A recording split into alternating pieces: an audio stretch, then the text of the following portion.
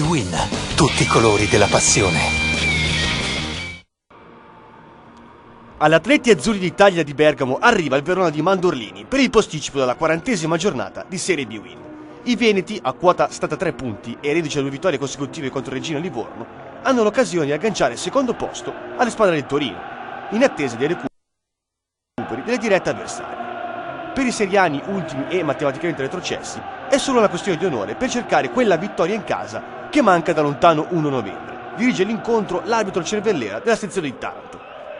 A sorpresa, dopo solo 8 minuti sono i padroni di casa a rendersi subito pericolosi. Togordò dal limite prende la palla, se la porta sul destro e prova questa conclusione, su cui Frattali è bravissimo a dir di no. Ottimo comunque il tentativo dalla distanza del giovane francese e altrettanta la risposta del portiere. Dopo 10 minuti di studio, Verona prova a reagire, calcio all'angolo dalla sinistra, Bjelanovic di testa, non trova la rete per questo salvataggio sulla linea d'Albino Leffe. Comunque bravissimo Bjelanovic nello stacco aereo. Dopo 20 minuti a sorpresa Albino Leffe passi in vantaggio, posizione di Cristiano, la palla arriva a Girasole, che di testa insacca le spalle, grandissimo gol di Michael Girasole. Terzo gol stagionale del giovane centrocampista, classe 89. Dopo 20 minuti Albino Leffe 1, Verona 0.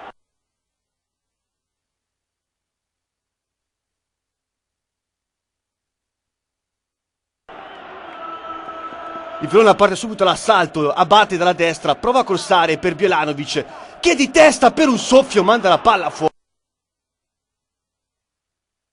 Ottima la reazione di Scaligeri, che per un soffio non trovano l'1-1. Le Piglie su punizione prova a sorprendere Tomasic, ma il tiro è troppo debole per impensierire il portiere. Ancora Le Piglie, prova questa volta dalla distanza. Tomasic non trattiene, ma poi si rifà, uscendo alla grande su Bjelanovic, grande intervento in uscita a salvare il risultato. Il Verona non demorde, lancio lungo dalle retrovie di Pugliese, torre di Bjelanovic, stop di Gomez e gol dell'1-1. Stagione straordinaria del giovane argentino che realizza la sua 13ª rete stagionale. Perfetta anche la torre di Bjelanovic a servire alla grande, il giovane argentino. Rivediamo nel replay la perfetta torre di Bjelanovic e il grandissimo controllo di Gomez che trafigge il giovane portiere dell'Albino Leffe. Ancora Verona, ancora Alfredson, che di sinistro prova a sorprendere Tomasic, ma questa volta il portiere è attento e respinge il pericolo. Nella ripresa la musica non cambia, il Verona attacca a testa bassa, posizione alla sinistra e Cocco per intervenire, sfiora un autogol clamoroso. Ci crede il Verona, angolo dalla destra, la palla arriva sulla testa di Abate che per un niente sfiora il gol del 2-1. Ottimo l'inserimento dell'ex difensore del Gallipoli. Ci crede anche l'Albino Leffe, Cocco vede al limite Girasole, lo serve, stop e tiro al volo di destro che per un niente sfiora il gol. Doppietta quasi sfiorata per il centrocampista. Risponde ancora il Verona, Alfredson dalla sinistra, testa di Gomez e anche per lui quasi doppietta personale. Ma ci crede il Verona, ancora Alfredson dalla sinistra, mette in mezzo, la difesa respinge, arriva Russo che di destro prova il gol, ma un Dei di testa respinge alla grande.